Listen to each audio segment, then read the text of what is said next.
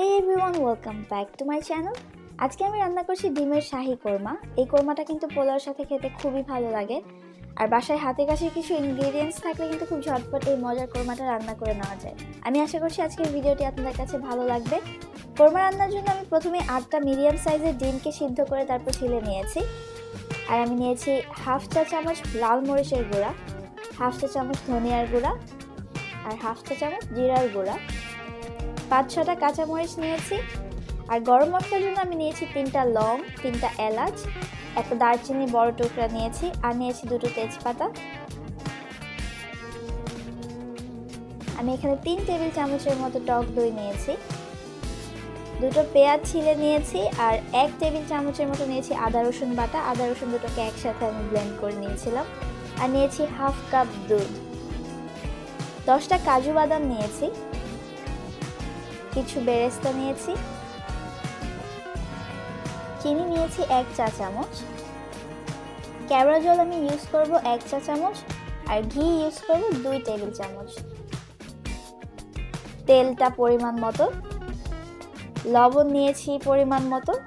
প্রথমে আমি ডিমগুলোকে এভাবে একটা নাইফ দিয়ে একটু কেটে কেটে নিচ্ছি এভাবে, এতে করে পরে মশলাগুলো খুব সুন্দরভাবে ডিমের ভিতর ঢুকে যাবে। এখন সামান্য লবণ দিয়ে ডিমগুলোকে মাখিয়ে নিয়েছি।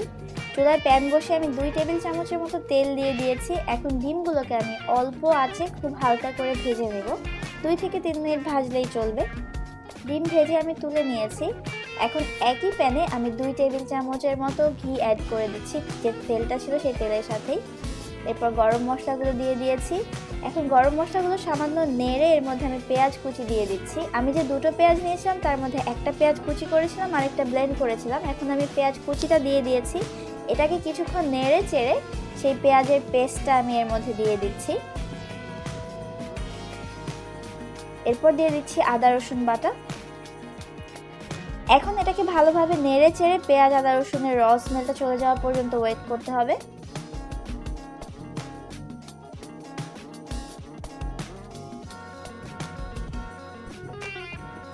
প্রায় 2-3 মিনিট নাড়ার পর আমি এর মধ্যে সামান্য পানি দিয়ে দিয়েছি, কারণ এর মধ্যে এখন আমি গুঁড়া মশলাগুলো অ্যাড করছি। আমি মরিচ, জিরা, ধনিয়া আর লবণটা দিয়েছি।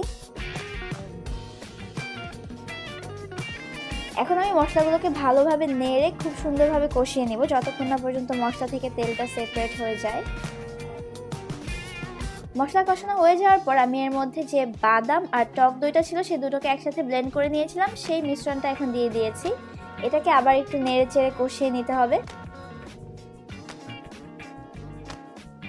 কিছুক্ষণ কষিয়ে নেওয়ার পর আমি এর মধ্যে এখন ডিমগুলো দিয়ে দিয়েছি। ডিমগুলোকে খুব ভালোভাবে নেড়ে চেড়ে আবার মশলার সাথে মিশিয়ে ডিমগুলোকে আমি আরও কিছুক্ষণের জন্য কষিয়ে নেব, 3-4 মিনিটের জন্য।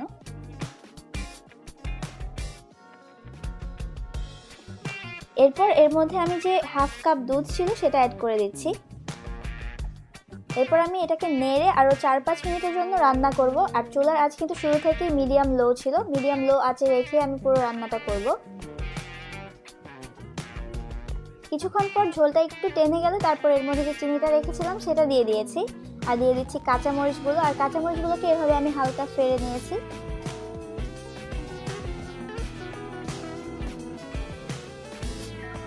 এরপর আরেকবার নেড়ে তারপর এর মধ্যে বেরেস্তা দিয়ে দিয়েছি। বেরেস্তাটা দেওয়ার পর আরও 2 মিনিটের জন্য আমি এটাকে চুলায় রেখে রান্না করব।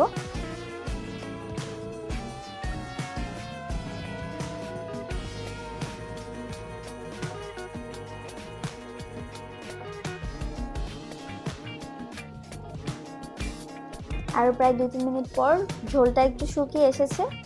এখন আমি এর মধ্যে যে 1 চা চামচ কেওড়া জল রেখেছিলাম সেটা দিয়ে দিলাম। এরপর আমি চুলাটা বন্ধ করে দিলাম। আমার রান্না হয়ে গেছে। আমি বাটিতে নিয়ে ডিমগুলোকে সার্ভ করেছি। আশা করছি আজকের ভিডিওটি আপনাদের কাছে ভালো লেগেছে। ভালো লেগে থাকলে আমার ভিডিও লাইক এবং শেয়ার করবেন।